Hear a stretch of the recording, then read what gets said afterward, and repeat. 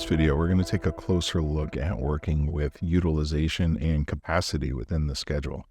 To access the utilization value, edit your event and go over to the Utilization tab. Here we can see the user utilization as well as the resource utilization. User utilization can be represented as hours per day, percent per day, which is the percentage of the user's max capacity, as well as total hours. And when setting total hours, it sets the total hours for the event over the entire duration. Resource utilization uses units per day as well as percent per day, represented as a percentage of the resource's max capacity. And we'll look at setting those capacities in a minute. Now you can modify the values here, but the default values are always taken from the schedule admin settings. And let's look at those quickly. So first, if I go under admin schedule, and I go over to options, I can see here I have my resource utilization as well as my user utilization. Now my resource utilization has two options. I can set the default type. Again, we set it to units per day. And I can also set my default utilization value. Similarly, with users, I can set my user utilization type as well as my default user utilization value. All new events will be created with these values. Now, when we're looking at capacities, users and resources have capacity values on them. If I select a user in my admin list and scroll down, I can see that I have a user capacity value. To edit these values, you can click on the user and you get a user's capacity table. Now I can go ahead and add a new capacity here, and by default, it'll start on the current day. And then I can adjust those hours. So let's say this person no longer is able to work on Mondays, but they will be working on Saturdays instead. So I can adjust those hours so when we actually calculate that user's utilization versus their capacity, we will see these values reflected. And you can work this up as a dated table with history. So if you have specific capacity fluctuations over time, you'll be able to see that and track that information. We can also see here that the user's capacity has changed to the current value. Now, if we go over to resources, we'll use a Houdini license as an example, and we have a similar setting. We have our resource capacity. Here we have dated capacities for when we potentially have made purchased or decreased the number of licenses we've had available over a period of time.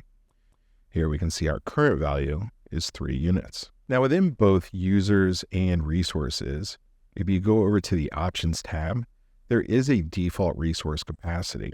So if you create a new user or a new resource and don't add anything to their capacity table, it will automatically use these default values set here in Options. And if we go back to users and I go to Options, I can see the default user capacity set per day in hours. Now going back over to our schedule, currently we're only looking at our Houdini licenses just to keep things simple. But if we go to our utilization view and turn on utilization by unit, I can see here per day, I'm using 1 of 3 because this event is set to use 1 utilization per day. And then as we have 2 events here, it stacks up to 2 of 3, 3 of 3, and then the orange actually goes over. So that's a quick indicator that you're over your max capacity for that item, whether it's a user or a resource. You can also see that the color brightness changes over time. So when we're at low utilization, it's this darker value here. And then as we get to max utilization, it becomes this brighter color here. We also have the option to view this as a percentage. So in this case, we could see we're at 33%, 67%, 100% of our capacity. And in this case, we're over at 133%. Now we can also view our capacity chart.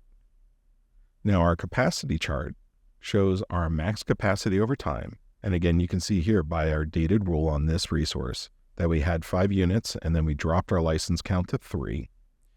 We can see our total number of units used over the course of the time. And these 4 days here where we're using 4 units out of our max 3 capacity lines up directly with these items up here. Now, if I want to resolve any of this, I can slip and move this over. And now I've resolved that and I can see my chart update as well. Now, one nice thing when you're tracking items that do have data capacity fluctuations, let's say on our license, we know when our license is going to expire. So let's add a new capacity Let's say it expired on the 22nd, and we're going to set all of these values to 0. So now our licenses are going to fall off on the 22nd. And because it's currently after the 22nd, we see our current capacity is 0. Now going back to our schedule, I can open up our utilization view, and I can view our capacity chart, and I can see on the last day here, it does drop off to 0. So I get a quick visual indication of when my licenses are expiring. And if I did move this item outside of that, I can see here I'm now 1 of 0. So I don't have any licenses available. And I do get this indicator down here showing that we are outside of our capacity. Now, while we've just been looking at units for items like resources, all these same principles apply to users. So for example, if I go over to my users, I can see here how much time is actually being used. Here I've got 8 of 8.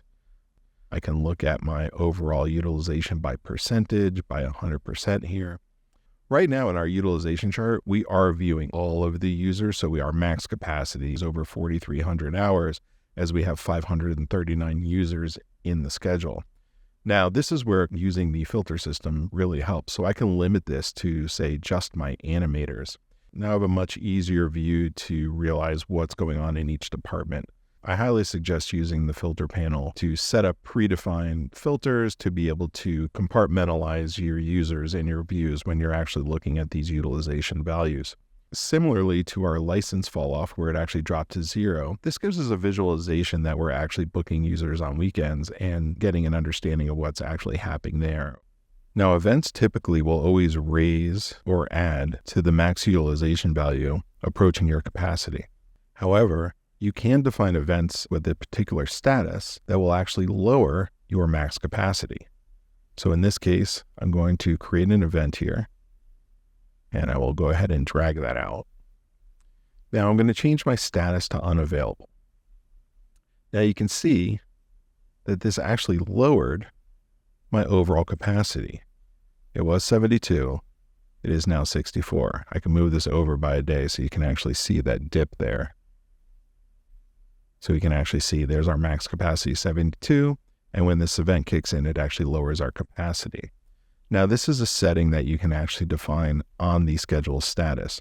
So for example, if I go over to schedule and I look at my unavailable status, it has this flag saying lower capacity.